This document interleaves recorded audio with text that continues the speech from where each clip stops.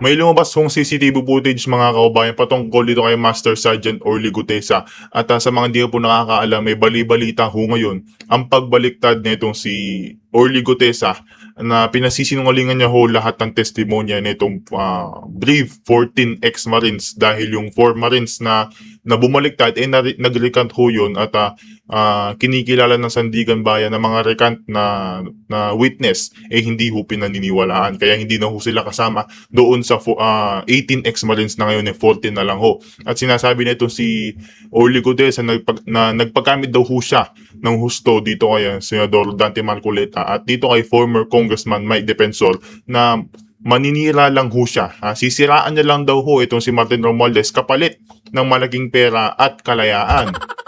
'Di ba? Na alam naman natin mga kababayan na kahit hindi siraan itong si Martin Romualdez pinanindigan pa rin ng 14 ex-Marines sa mga testimonya nila, affidavit at saka mga ebidensya laban dito kay Martin Romualdez. Kaya kahit siraan nitong si Orly Gutesa, itong si Senador Rodante Marcoleta at itong si former Congressman Mike Defensor na sinabihan siya na babayaran itong si Orly Gutesa kapalit ng paninira niya dito kay Martin Romualdez. Wag ho kayo maniniwala doon mga kababayan kasi sinabi niya din nitong si Attorney Rowena Guanzon na under oath itong si Gutesa at ngayong bumaliktad siya may malaki ho siyang kinahaharap na kaso at yun ho ang perjury at ang matinding kalaban ho nitong si Orly Gutesa ang ombudsman kaya kahit ho kinulong nila, 'di ba? Kinulong ho nila itong si Senator Rodante Marcoleta at itong si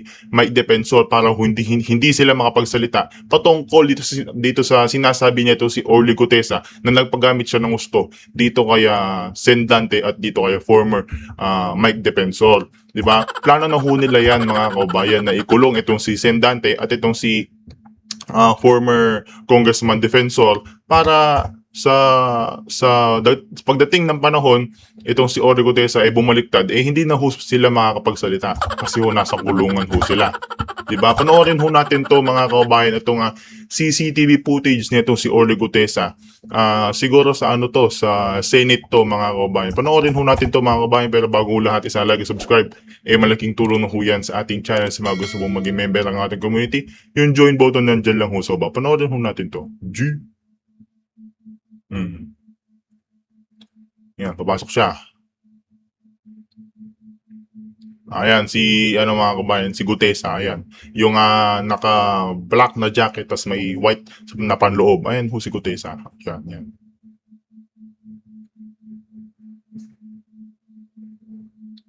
Diba? Magkikita natin mga kabayan, magmula pa lang ng pagpasok niya dito sa Senate, wala na hong sumundo at kusang loob siyang pumunta at maging witness o maging testigo dito sa mga sinabi niyang allegations laban dito sa mga mali-malitang o korupsyon dito sa ating Pilipinas. O, di ba? Dire-diretso siya mga kababayan patungo doon sa plenaryo.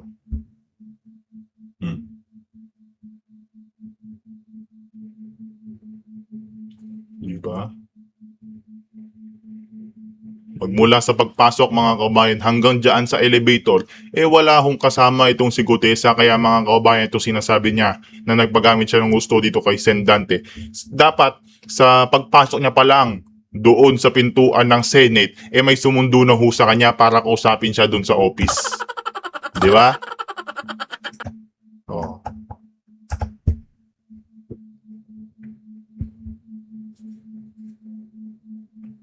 Ayan, si Gutesa. May kausap si Gutesa dito mga kabayan, hindi natin alam kung sino to. Hinawakan niya pa. Lakihan natin.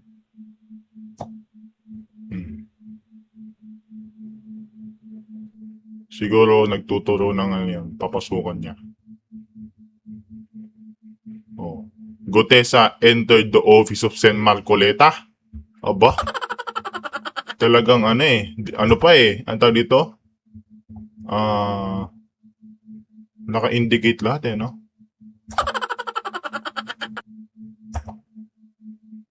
Anong gusto nilang palabasin diyan mga kababayan na pinakita na pumasok itong si Gutesa sa loob ng office nito si Sen Dante. Siyempre, para isipin ng taong bayan na kinausap itong si Gutesa sa loob ng office nito si Sen Dante para alam niya ang script, para alam niya ang sasabihin.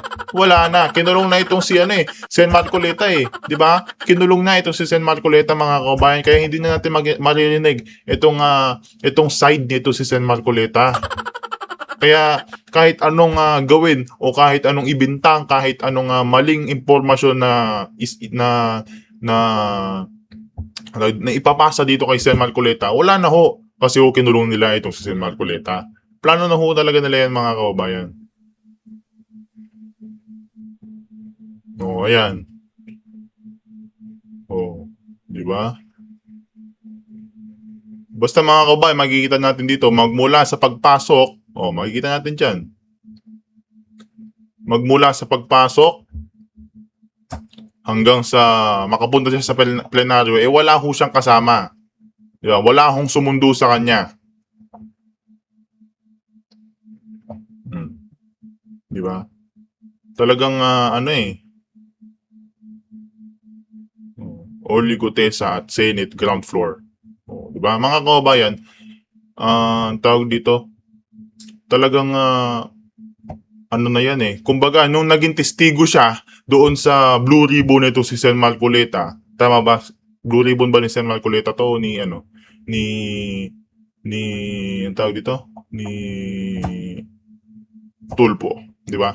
Nung naging testigo siya dito mga kababayan, sigurado tayo meron na tong kontrata. Di ba? May kontrata na to diyan sa mga crocodiles na kapag itong si Sen Marcoleta kinulong na, kahit anong allegations na sasabihin nito si Gutesa, paniniwalaan ng sambay ng Pilipino.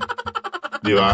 Kasi di naman makakapagsalita itong si Sen Marcoleta sa likod ng mga allegations na pinapasa o binibintang dito kay Sen Marcoleta. Kaya mga kabayan, sigurado naman tayo, ba? Sigurado naman tayo na tawag dito, hindi nagsisinungaling ito si Sen Marcoleta dyan sa likod ng mga manumulang flood control projects at sa mga mali-malitang pera. Di ba? Di ba? Kahit ano namang isipin natin, nakikita na natin mga kababayan, nakulong na nga ang Diskaya Di ba? Umamin na itong si Diskaya na marami ng mga contractors o nakaupo sa pwesto na nakikinabang dyan sa flood control projects. Kaya mga kababayan, huwag niyong kakalimutan yung flood control projects. Paandar lang ho nila to. Paandar lang ho nila tong sinasabi ni Gutesa na pinasisinungalingan niya lahat ng mga testimonya at affidavits. Diba? Basta numero 1 kalaban nito si Gutesa mga kababayan, niya ombudsman. Kasi namaleta itong si Gutesa. Namaleta yan sigurado. Sinasabi nito si Atty. Guanzon. Di ba? At under oath nga naman talaga itong si Gutesa mga kababayan. At once na under oath ka, dapat ang mga sasabihin mong allegations o magiging testimonya mo diyan sa plenaryo totoo lang. Pawang katotohanan lamang. Pero mga kababayan, anong ginawa niya? Di ba? May lumabas na video, kausap niya ang kanyang asawa at sinabi niya na nagpagamit siya ng gusto, di ba? Ibig sabihin mga kabayan, ang lumalabas doon, sinungaling itong si Gutesa. O ano mangyari? Papasok siya sa perjury. Ba? Papasok siya sa perjury case na sinasabi nito si Atty. Rowena Guanzon. Kaya sigurado tayo mga kababayan na number 1 na kalaban nito si Gutesa, ang ombudsman. Kaya kahit bumaliktad itong si Gutesa, wala ka ding mapapala dyan kahit bumaligtad ka. Di ba? Walang mapapala si Gutesa dyan mga kabayan. Di ba tayo dito mga kabayan dito kaya Congressman Egay Elise. Palakpakan muna natin. Di ba? Welcome back na naman. Di ba? Palakpakan natin. Panoorin natin ito mga kabayan. G. Welcome back. Thank you. Congressman, suki natin. At mukhang nakapangbaha kayo, ready kayo. sa outfit ninyo. Umikot sa kayo. district. Buti hindi na po masyadong umuulan ngayon. Di ba? Medyo maluwag yung kalsada. Ulan pa rin Ang Caloocan, binaha din ba? May mga areas na binabaha? Yes, maraming areas na binabaha. Hence the... Especially the area of Dagat-Dagatan in my district. of course. In my district. Sa Tapos may yung perennial na ba sa may Second Avenue, sa may yung boundary ng Manila, yung kung tawagin niya Arpapa. doon. Oo. Dun So, sa lahat, sa pag-ikot May ninyo, yung Arpapa na yan yung pinaka, Marami pa eh. Mayroong mga lampas tao Delikado. pa na delikado. Wow. Kasi actually, gaaral pa lang ako ng college, bahana dyan. Dito sa dibdib. O, pero you have ba't to hindi live with kaya it, ma-resolve yun? Yung, kung nag-aaral pa lang kayo ng college, sabi nyo, issue na yan. Bakit, Issue na yan. Bakit po hindi pa rin Well, ma-resolve? kasi nga, ang napakalaking problema talaga, yung, Maligaya Creek. Maligaya Yes, going yun, yung to creek, nag-ano siya eh. Sunogapog. Galing yan sa Tuliahan River, sa Bulacan pa yan, Valenzuela. Dalawa yan, yung major, yung Casili Creek, doon naman sa may monumento. It all goes yan, to Maypaho and Sunogapog, papunta sa Manila Bay. So, hindi sufficient yung creeks to carry the waters na na-experience natin ngayon sa ulan. Maraming nakatira sa gilid Okay. at sa ibabaw. Hindi na ba siya how do you Yeah. call this, Relocate? re-engineer or lakihan? Or yung kung ano? May maraming mga nakatira. na-relocate na during, at one time na pinadiran ko pa, may proyekto ako doon, pinadiran ko pa ng lampas tao yung Oo, creek, yung area. yung area. Pero correct, may mga areas pa rin na So may nakatira? not only in Caloocan, but Valenzuela and even Manila. So, of yun ang course, problema. Compounding the problem is the solid waste. Yun, yes, we heard that you've raised this issue. Yes, kasi matagal ko na. A year ago, after the flood control mess, sinabi ko na yun na one of the major problems sa Metro Manila, kahit i-dredge siya paulit-ulit, kung hindi naman magkakaroon ng tamang sistema ng solid waste management dito sa Metro Manila, patuloy lang na magsasayang tayo ng pera sa dredging. Magbabara Kasi at ang magbabara. Metro Manila now is producing around 10,000 tons of solid waste, garbage. Daily to. Daily. And with the collection system, hindi lang naman ako nagsasabi, marami nagsasabi, siguro mga 60%, 50 to 60% lang yung actual na nakokolekta. The rest goes to drainage and waterways. At kaya yan naman ay ang proof niyan pagka bumabagyo, makikita mo yung Manila Bay punong-puno ng basura. And according to scientists, as announced by Bloomberg, 34% of plastic waste in the oceans of the world came from the Philippines. Aray. Imagine, 34%. Yung India comes second, pero 12% lang. 1 billion yung Grabe. population nila. Yung China is about 3%, the rest of the world, 12%. So, talagang kitang-kita mo na very inefficient yung solid waste management ng ating bansa. Why do you say that ilan lang ang nakokollect? 50 50%? to 60%. 60%. Why aren't the rest collected? Well, there are several reasons. One is corruption. Kasi Okay. yung alam naman yan na yung Metro Manila at yung mga highly urbanized cities may monopolized ng ilang contractors, malalaking contractors. They are even financing the elections of mayors, ha? Kasi May pera sa basura. Imagine ang basis ng kanilang kontrata, clean all. So pipirmahan lang nung tao ng mayor na malinis na. So kahit na hindi na kolekta, Certified 100% certification. makokolekta. I Yun, see. yun. Okay. May certification. Second, yung system of collection.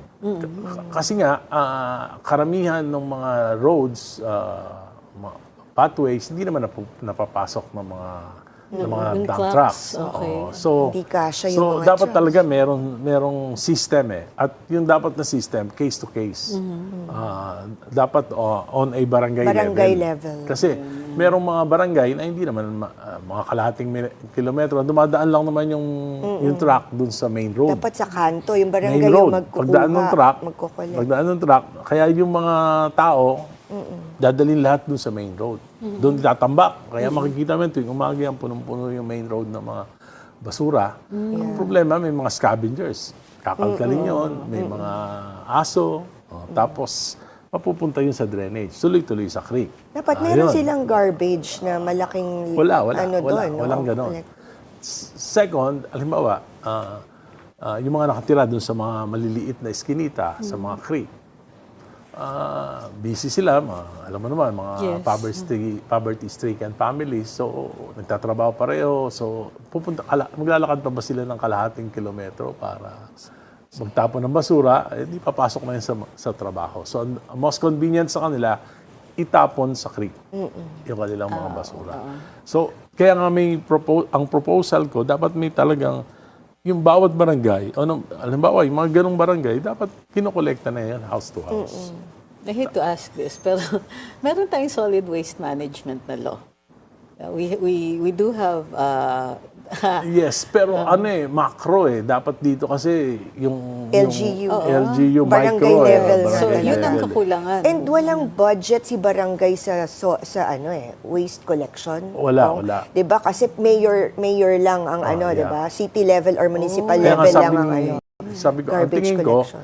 yung dapat talaga, yung pagtuunan ng pansin, especially sa Metro Manila, hindi titino dito hanggat ganyan yung sistema ng solid waste management. Pangalawang problema Hindi mo natin, kasi yung pwedeng disposal. iasa, hindi mo pwede kasing iasa lang na dapat disiplinahin kasi natin yung mga kababayan Hindi. natin. Paano mo Parusahan madidisiplina kung wala ka namang binibigay na facilities? Kung kaya nga, pwede silang magigpit kung may binibigay silang facilities para Kung may tapunan ng basura may tapunan na ng convenient. basura, na convenient sa kanila. Pangalawa, yung disposal.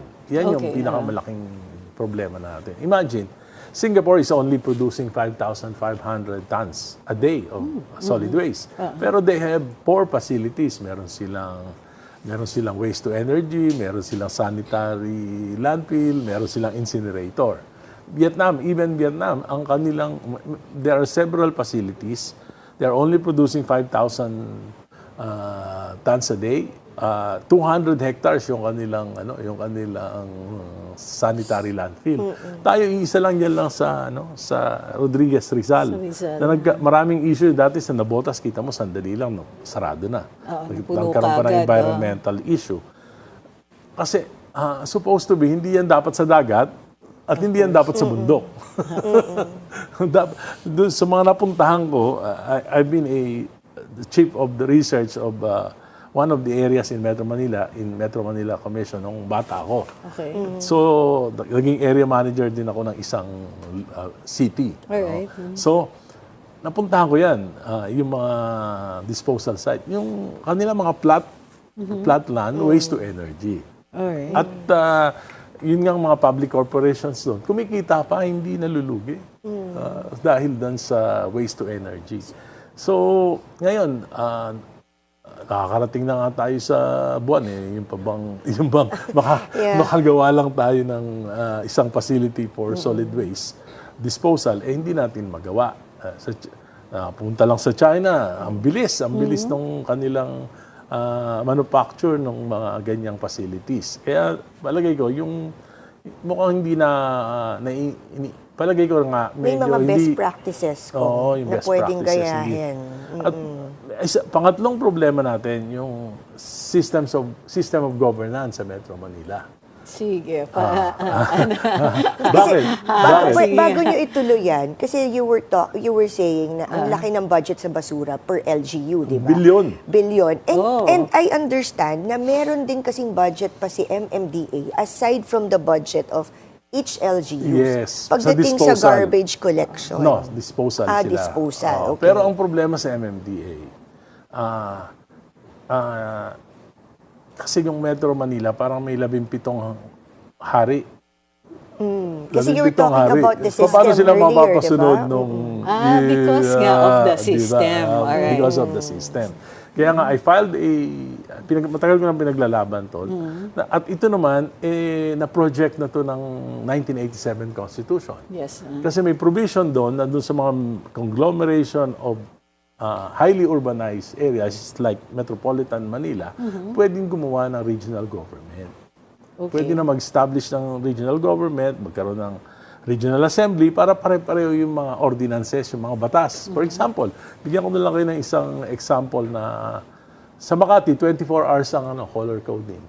Doon, Quezon City, Paglabas mo ng Caloocan, Mandaluyong, Makati. 8 hours lang halos. So, Pagtawid ibig sabihin, paano ka makakatawid? Hanggang doon ka na lang. Hanggang doon ka na lang. So, yan yung mga, ganun din. Interconnectivity, Yung water, yung interconnectivity ng mga waterways, maglinis ka rito sa Caloocan kung marami naman sa Maynila at dito sa Valenzuela, o maglinis sa Valenzuela pero hindi naman makakalagpas sa Caloocan Dapat sa waterway. master plan ng buong Metro Pati Manila. yung pati roads, yung mga road networks, magkakadugtong lahat yan sa traffic management. Para sa mga major thoroughfares, dapat talaga may isang nagmamanage. Like for example, in Tokyo, meron namang Tokyo Metropolitan Government, gano'n. Yes. Ibig sabihin, dapat ganun din dito sa Metro Manila. Sa tingin ko, yun yung Paano kulang. natin gagawin yan? Constitution ba dapat? Hindi. Na, Kasi kailangan, meron ng executive provision order. sa Constitution, Pwede. kailangan lang enabling law. And I already filed for several times, for several Congress, yung panukala na yun. Kasi ang problema lang nila, naiisip nila, hindi papayag yung mga mayor na mayroon pa silang May boss. nagko-control sa Correct. kanila. Pero yun naman ang kailangan ng ating ng Metropolitan Manila. Pwedeng i-limit man lang, Pati di ba? yung- Dun sa certain Ang compromise was for the mayors themselves to be part of the governing Hindi, may body. kanya-kanya silang political Pero, interest. oo nga, kaya nga. May kanya-kanya silang political interest at kailangan talaga yung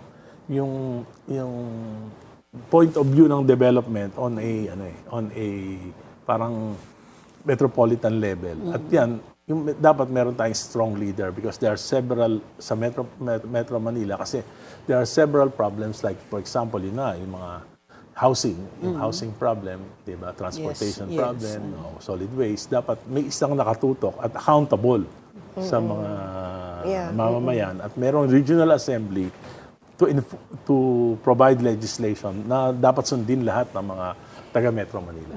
Kung para lang siguro do sa mga sa mga viewers natin, ano ba talaga yung role ni MMDA? Kasi may MMDA 'di ba? So if we already have MMDA, ano dapat yung ginagawa niya It's to actually support the It's Metro actually Manila? an office under the office of the president. So it's more of a support agency for certain services like solid waste, traffic, ayan, disposal, ganyan.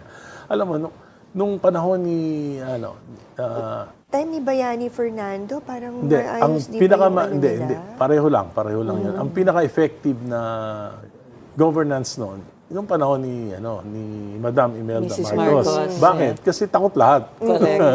So, ang batas siya, hindi walang So depende sa leadership.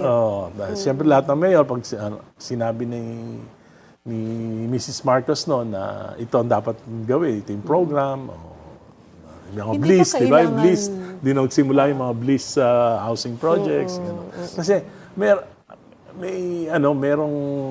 meron siyang yung authority nasa kanya. Yung MMDA ngayon, ang sinasabi ko ngayon, it lacks authority pero napakalaki ng responsibility. Lacks authority and questionable yung development part.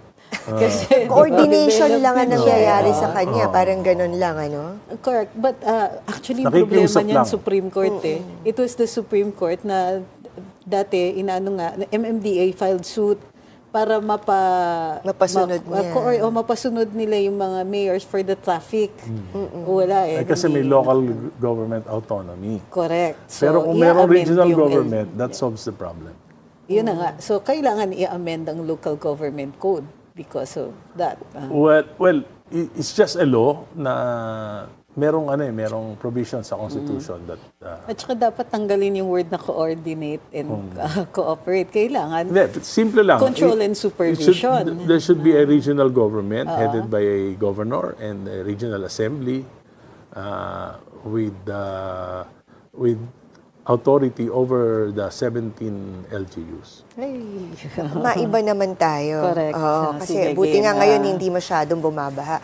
Kahapon po, guest si Kong Toby, also at the spokes. At nahirapan siyang sagutin yung tanong na kung makakasuhan ba ng plunder si former Speaker Martin Romualdez.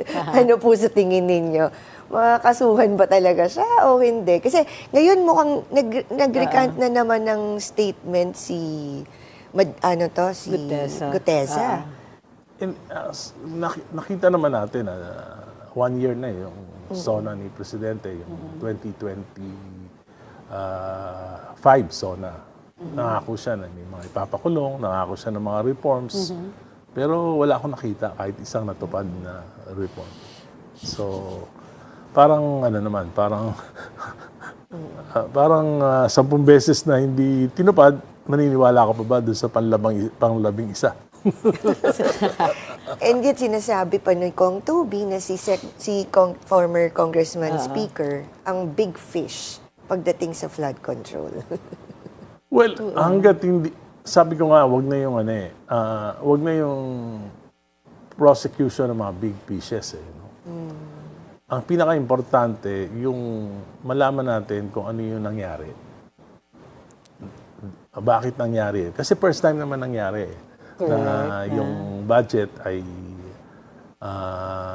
yung Philippine Development Plan, which is the GAA, Yes. yung President's budget, because that is his plan, ay nabago ng Kongreso for 3 years. Oo nga eh. So, ibig sabihin, tinatanong ko nga during the budget hearing, tinatanong ko nga sila, paano nangyari yun na hindi nyo pinaalam ba sa DBM, sa DBCC, hindi nyo pinaalam sa Presidente na inalis yung mga foreign assisted projects like the Metro Subway, like inalis yung appropriations cover, tapos hindi nyo napasok pinaalam sa at unprogrammed. sinabi ni Presidente noong 2025, nireview niya yung buong budget for yung 4,000 pages, tapos hindi niya nakita na natanggal yung mga major projects niya. So, parang hindi, there's something wrong. At makikita mo na dito sa flood control na ito, may mga cover-ups. Cover-up after cover-ups. A cover-up will require a series of cover-ups. And it's happening now. Speaking of cover-ups, may balitang lumalabas na kaya daw mabagal ang kaso ni former Speaker Martin Romualdez ay baka daw madamay si Congressman Sandro Marcos. But before you answer this, these folks will return after this short break. Jags Tipona, solid waste management is always planned since time immemorial. I think the fund for this is diverted. Okay, another comment from Chester. Or do you want to reply to that? O mamaya siguro, no? Ito, The best dilawan, Congressman Erice, respect. Aba. Comment from Junior Hara. Ito ang tunay na dilaw para sa bayan. Yun. Okay, from Josie, masakit sabihin pero dapat pauwiin sa probinsya ang mga squatters at bigyan ng kabuhayan doon. Hindi na po squatters ang tawag sa kanila, mga informal settlers. Now, we're back to our... Salamat po, by the way, salamat po sa lahat ng mga questions at sa mga nanonood po sa atin ngayong umaga. Our hanging question po, kaya raw po mabagal yung investigation at yung case against Congressman Martin, former Speaker, it's because baka madamay raw si Congressman Sandro Marcos. In fairness to Congressman Sandro, tingin ko mas malaki ang problema ng mga cabinet members na involved dito. Okay. Like for example, the Bersamins, si Secretary Pangandaman, sila yung kaya hindi matuloy-tuloy tingin ko. Dahil lalabas naman talaga na imposible in 3 years na nadadivert yung pondo into flood control. Hindi pa nahuli in During 3 years. my petition to the Supreme Court against the unprogrammed appropriations, ni-require ng Supreme Court yung mga SARO for 2024 and 2025. At yung mga SARO na lumabas doon, may mga flood control na releases signed by Secretary Pangandaman. Kaya imposible hindi alam ng Malacanang. Yes. Dahil unless na Presumed hindi yun sinasabi ni Secretary Budget Pangandaman. Secretary. Pero ano yan required by ego law na presumed na alam ng Presidente lalo-lalo na yung 2024 GAA. Yung 2025, nilagyan nila ng palusot na pwedeng hindi na ang presidente, kundi yung ano na lang, si Secretary Pangandaman. To that, Kong, I'm sorry, I just have to say it, no, na parang sa akin, for me, very insensitive na in-appoint pa ulit si Secretary Pangandaman and to think na may ganito pa tayong kaso na hindi pa nare-resolve. So, di ba, she was still appointed. Parang bang, I think for me, it's very insensitive. Yeah. Hindi, sabi ko nga, trilyon yung nawala. Bakit hindi inimbestigahan si Secretary Pangandaman at sila ang mga Bersamins? Di ba? So, bakit hindi malaman natin yung katotohanan dito? Kasi siya yung budget secretary siya eh. So, dapat siya yung unang-una talaga na unang iniimbestigahan. I agree with you. And supposedly, brainchild niya yung sa unprogrammed appropriations. Hindi naman. Yung unprogrammed appropriations since 1989 yan. Pero yung hindi mo naman pinapansin yan, matagal na ako sa Kongreso kasi maliit lang dati yan. Correct, Saka usually mga mga foreign assisted projects. Pero in the 19th Congress, 3 years, lumobo yan to about mga yung sa 800 noong 2023 800 billion, 2024 700 billion at 2025 mga 350 billion. Pero kasi 'di ba ang unprogrammed appropriations supposedly pinupondohan yan by the taxes that are to be collected pa lang. Hindi lang Plus taxes, yung sa merong foreign tatlo assisted at saka loans. Loans, excess Counterpart funding. mga ganon. Kaya hindi naman malalaman 'yon before sa mga latter part of the year. Ang problema, March pa lang nare-release na 'yon. Correct. Tapos, yun na nga na dun ilalagay, there were certain projects that were defunded.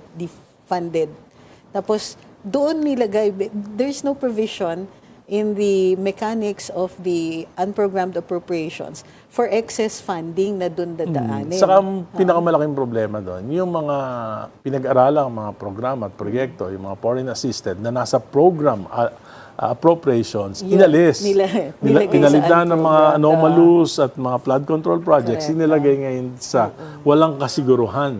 Kaya nga hindi na-release yung foreign fund dito sa dahil walang appropriations cover. Meron pang Convergence and Special Support Program na supposedly 1-point-something trillion ang nandun. Yung CSSP, ito yung mga others. The others na programs na biglang naging flood control. So, these are related to other departments. So, tama po kayo since we're talking about the executive.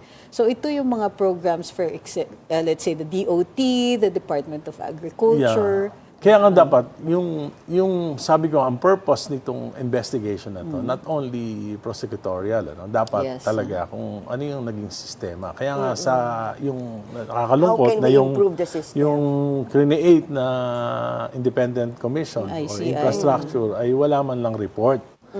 Ano ba yung nangyari? At yung pinangako ng Pangulo na Independent People's Commission ay i-create by law, hindi rin natupad. So, yan yung mga mga pangako na hindi natupad. Bakit ayaw imbestigahan? Sabi niyo kanina. Kailangan imbestigahan niya mga. At hindi naman makakalusot eh. Siguro, di-delay lang. Pero after 2028, iimbestigahan din to lahat eh. At saka lalo na ngayon na grabe yung dinadanas ng mga kababayan natin sa flood control, mas lalong nagagalit yung mga tao. That was my speech a year ago. Sabi ko, hanggat bumabaha, taon-taon, maaalala yan. At ngayon, nakita niyo naman yung tuloy-tuloy na pagulan, para bang ipinapaalala ng langit sa mga mamamayan, ang Pilipino, na huwag niyo kakalimutan yan. At ipinapaalala na sa mga sangkot na hindi kayo makakalusot. Correct. Address it or else. Yeah, oo. And we're talking about ICCs. Kung sabi niyo na nga, nabanggit niyo yung ICC. ICI. Ayan, ako, si PRRD, naalala ko. Sabi ni Kala ko Mayor, ibang ICC. sabi po ni Mayor Magalong na mahirap kasuhan si former speaker kasi nga gumagamit siya ng maraming layers. Diba? When he was with the ICI. Kaya nga. So, dapat siguro, kung hindi man siya makasuhan, dapat malaman natin kung paano yung ginawang layering. Para maiwasan maiwasan next na sa time. susunod. Oo. Pero ano dapat tingin niyo yung dapat gawin ni Ombudsman para matugunan po yun? Ganun na lang, walang makikitang evidence dahil ang galing ng sistema na ginawa. And that's it. Wala ba kayong proposal sa Ombudsman? Well, Kasi hindi ko sure kasi kung sa gusto kanila- pa ng Ombudsman talagang... Sa kanila kasi, sa kanila, prosecute nila yung mga individual cases. So wala tayong, yung overall assessment of what happened Pero in the sir- 19th Congress. Alam naman natin na nangyari ito in the 19th Congress. Pero kung sinasabi ni Pangulo, successful naman daw mga flood control programs and projects dahil mabilis nang humupa ang baha. Band-aid solution na naman siguro yun And diba? yan ba yung Wala pa is yung that the master plan? standard for determining na successful ang flood control? Well, Should we be happy with in that? fairness to the President, baka yung nire-report sa kanya nung mga tauhan niya. Pero, Pero nakikita niya po sa TV kung anong nangyayari. yun nga. Yun ang pero kami, ako sa distrito ko, wala namang pinagbago. Lampas tao pa rin yung mga Correct. dating lampas tao. Okay. At saka bakit parati tayo nagugulat? Pagka may ulan, we know that it's going to flood, but it seems na yung reaction is parang it's happening again. O, kumbaga, for the first time, every time bumabaha. And to think it's getting worse. Yeah. Diba? The flood is getting worse, I think. Well, talagang sabi ko nga, especially sa Metropolitan Manila, na yung GDP natin, pinakamalaki ng gagaling dito. Kung maaabala yung mga negosyo, mga industriya, ay maapektuhan yung pag-angat ng bansa natin. Kaya dapat talaga may master plan. At itong master plan na ito ay ipapatupad hindi lang ng DPWH, hindi lang ng MMDA, kundi lahat ng ahensya LGUs, barangay, lahat ng agency dapat up to the barangay level also. nakatuon dun sa master plan na ito. Kaya nga lagi kong sinusulong na magkaroon tayo ng metropolitan government na sisiguro tututok at magiging accountable para dito. Kung siguro, Attorney Trix, mahirap nga na tukuyin si Congressman Martin Romualdez kasi nga maraming layers as mentioned earlier. Pero yung ibang contractors na congressman, there are at least 50 of them. Parang wala pa rin tayong naririnig masyado sa Mga kanila. 5 lang yata ang nakasuhan. Hindi, Lima pa pag lang out of nakasuhan, the nakulong 50. yun, di magtuturo yun. Bakit parang walang nangyayari? Wala Meron naman tayong nakasuhan na 5. wala tayong naririnig Pag sa kami kanila. nakasuhan Pero hindi yung pa mga yon at nakukulong. lalo kung makukulong, siguro pwede kasuhan lang tapos it will take time hanggang makalimutan pero yung ikukulong mo yung mga yon baka kumanta yon. Okay. Kasi they cannot do it without the leadership. Kaso ngayon, budget hearing, so kailangan ng mga congressman dahil sa budget deliberation kung I don't know, kung mangyayari pa ho ba yan? Well, ngayon at least nakabantay marami. So, Yes. mahirapang magawa yan pero of course, babantayan natin kung tuloy-tuloy pa rin yung leadership fund. Makikita naman yun, madaling makita yun. Leadership Fund. Teka, ano ba nga, in very short answer, ano yung leadership fund na yun? Yung mga leaders ng Kongreso, both in the Senate and the House, may sa kanya-kanyang mga allocables. Ayun yun. At yan naman, nangyari, hindi lang sa panahon ni Presidente Marcos, panahon ng marami pang presidente. Ganyan na yan. Kaya Parang yung lumalaki lang na convergence din. lumalaki. Parang yung CSSP din, matagal na daw yan. Matagal na yan. Pero ang problema nga lang, nung panahon ni Pinoy, natatandaan ko, ang sinasabi niya, kung meron mang allocations for Congress, dapat limited lang at hindi maapektuhan yung President's budget. Magkaroon lang ng konting leeway ang Speaker at saka ang Senate President. No? Kasi kami naman, nilalapitan din kami ng mga tao. Kung minsan naman, hindi nakikita ng national government yung mga local problems. For example, sa district ko, hindi nila nakikita na pag dyan sa C3, na yan yung road papunta sa pier, sir, yung lahat ng logistics dumadaan dyan. Iba pa ba yung PDAF? Di ba meron naman talaga? Wala nang PDAF. Pero Bawal na ibig yan. sabihin, meron... Unconstitutional na yan. Opo, pero di ba meron mga allocations talaga for congressmen? Ang sinasabi ko, dapat kung may Na allocations dating man, park barrel dati. di ba? dapat kung may allocations man for district o region, dapat yan equitable. On the basis of population, the basis of need, and the basis of land area, dapat ganun. Dapat may parameters on how to hindi kasi ang allocation ngayon, speaker, dahil speaker ka, malaki sa district mo, majority leader. Dahil majority leader ka, malaki yung district mo, mga leaders ng mga senador, 500 million, pagka 1 billion, parang gano'n na nangyayari without really determining Personality-based. without really determining the need of the community, di ba? Parang gano'n. Makikita mo saan na pupunta. Diyan na pumasok sila Bernardo. Sabi nila Bernardo, dito maglagay kayo rito. Malaki kickback dito. Yun yung purpose ng mga projects. Okay. Yun yung nangyayari. Kaya nagkaroon ng ghost. So, speaking of, so yung 2027 budget na ang pinag-uusapan, ano sa tingin ninyo, role ninyo in the upcoming budget debates? Well, ako ang ginagawa ko kasi, napakahaba ng budget.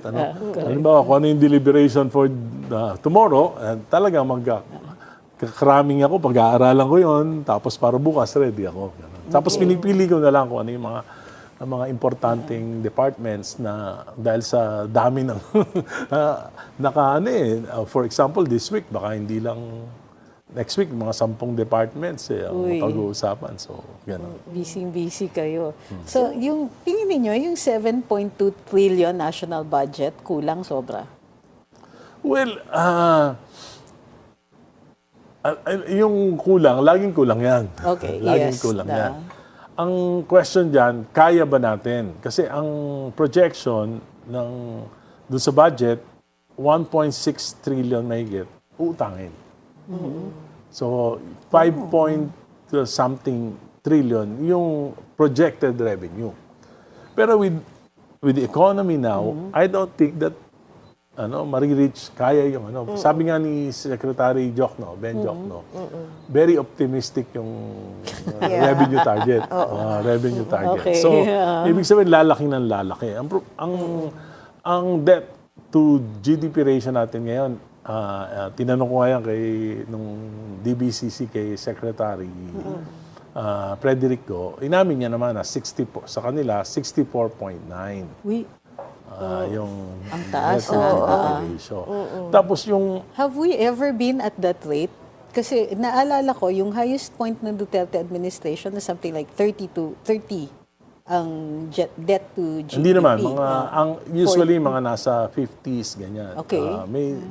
Siguro mga 20 years nang hindi nagkakaganyan. May 20 years. Pero pinakamabigat doon, yung GDP natin, pababa eh. Consistently, pababa. Kaya yes, that's right. Itong second quarter, di ba, inilabas nila 2.3%. Hindi pa nangyari yan since 2004. Actually, wala nga silang na-achieve dun So, sa mga 2.3% yung targets So, may reversal nila. pa. So, ibig sabihin, kaya tayo umuutang para investment, para umangat yung Yes. GDP. Ideally, diba? should be. Diba? Pero, ang ating GDP pababa. Pero ang rate ng increase ng utang natin nasa 10% na yata, 9 to 10%. okay. So, ibig sabihin, palaki yung utang, pabagsak yung ekonomiya, palaki yung interest rate. Interest Lalo na lang ngayon. yung binabayaran natin.